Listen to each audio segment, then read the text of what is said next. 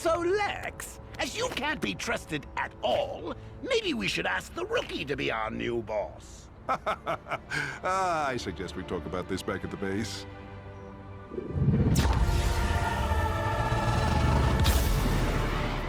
I hate it when I'm right.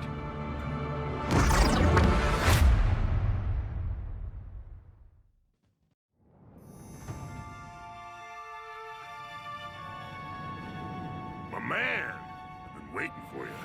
Oh yeah, nothing better than a brought-it-on steak and a cup of space fuel for breakfast. So I've been paid to get you up to speed about what them Justice League geeks have been up to. Sure, not Lobo's usual gig, I hear you say. And sure, I don't even get to bust some heads. But even an intergalactic bounty-hunting stud of a biker like me gotta pay bills. My client be paying a serious tankload of creds. Now, if I'm right, them Justice Dweebs just got back to their stupid space tower. And you're all like, but Lobo, where have they been? Why have we been playing with bad guys? Where's our main man, Batman? Well, they've been doing Time and Apocalypse, which sounds pretty sweet. You got lava fields, a population of pure maniacs, and the big old bad dark side running the whole show. Anyway, those Justice Leaguers got dumped slap bang in the middle of all this after being duped by them Earth 3 crime syndicate chumps. Bats, the fishy one, and the space cop with the green ring ended up in Granny Goodness's orphanage. So you be thinking that sounds like a pretty nice place to hang out, sipping milk and cookies. Wrong! That old bag is one straight up hard as nails granny. So them Justice boys, well, they wake and they see nothing but pretty wool patterns.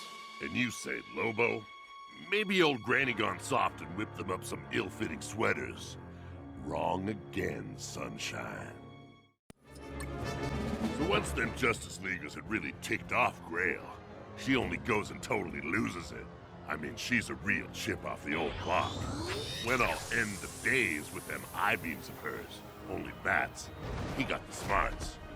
He's kept her looking at his big old black cape and not the big old lump of G goodness lard on the floor. Whoops! Boom! Ooh, right in the old Granny's kitchen wall. Now that's my kind of remodeling. Granny G, she gonna be so dang mad that Grail'll be scrubbing pots for an eternity. Anyhow, them boys take the opportunity to leave and let her try to explain the whole mess.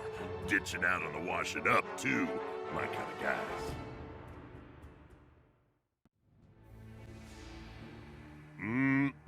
What can I say? All this yabbering makes me hungry.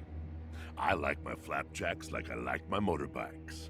Extra greasy with plenty of grit. So yeah, enough about Batman. You probably already know for one of them geeks, he packs a mean punch and ain't above playing dirty. So let me clue you in on what Rust Bucket and Mr. I Run Fast were up to. These two, they didn't end up in no orphanage. Nah, they got shipped down to the hottest bit of town. Yeah, the Fire Pit Energy Plant. Oh man, I love the sweet toxic smell of nuclear fire and molten rock. So them heroes are left wrapped in chains, an improvement on wool, and dangling down in the pits. Flash does that freaky vibration thing and slips out. Cyborg, he just pops them links like your main man, Lobo would. Ugh. Though neither of them geeks think to maybe keep the chains, upgrade their look. They're mighty handy when you want to mount a big old bounty on your hog.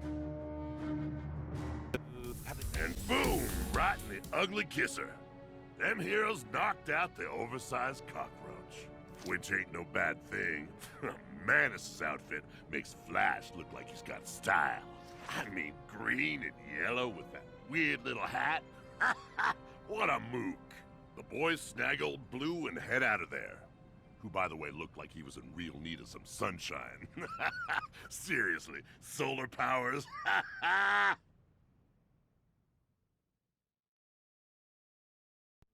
Now, where we up to? Oh yeah, Mr. Run-A-Lot and Tin Pants had saved Superman. Well, Bats had been busy playing his usual detective gig, trying to track down your main woman. Yeah, wonders herself. But the man in black kept behind the surrounds. rookie mistake in this business. Your little team had wandered right into my personal favorite hangout on Apocalypse, the female Fury Barracks. Oh, I get shivers just thinking about it.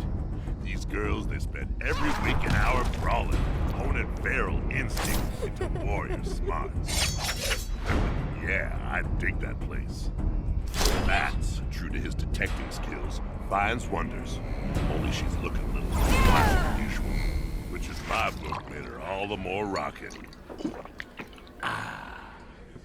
Wham! Just like that, Stomper went down for the count, and all the brawling and head-on collisions knocked some sense back into Wonders. So them heroes had done another real number on Granny G's team. Hey, who am I kidding? Lobo don't worry about anybody but himself. I back whoever be paying the bills. And it sure ain't the rock-faced bruiser Darkside or his beastly babes. So you're a glutton for punishment, eh? Either that or you just can't keep away because of my animal magnetism. So back with the space chumps. They managed to get the band back together. They figured that's the most likely place to get any answers as to why they're here. So the Super Friends were gonna need some serious firepower to knock a hole in that thing. My kind of logic. Man, now that's what I'm talking about. Sure, it's surrounded by space dogs and needs juicing up, but that's where all the fun's at. As ever, the Flying Mouse got a plan. Beats me where he got his blackboard from. He wants those three to get that mega cannon juiced up without waking up that monocled fruitcake and his pets. My money's on the doggies. I'd love to see him use fish guys as a chew toy. Ha ha! Ow! That's one way to ring the doorbell. Looks like Bats was onto something there. The only bad news is Aqua Guy didn't get turned into fish sticks. I guess I should have figured that, given he made it off Apocalypse. That guy with the monocle will have some serious explaining to do to the real old granny when she finds out those goofs got past him and used that sweet cannon. That sure is a big gun. I wonder if I could borrow it.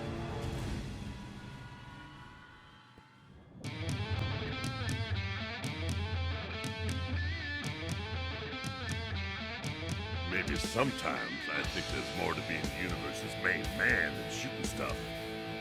So that's why I shred. I think it shows a different side. Yeah. Hey, I ain't getting paid to teach you how awesome I am. You know that already. So continuing with this flashback, remember the plan? Those guys shoot the gun, get inside. Yeah, I knew you were listening. So that just leaves these guys to take care of business and see if they can't get a meeting with the guy that runs this boiler room.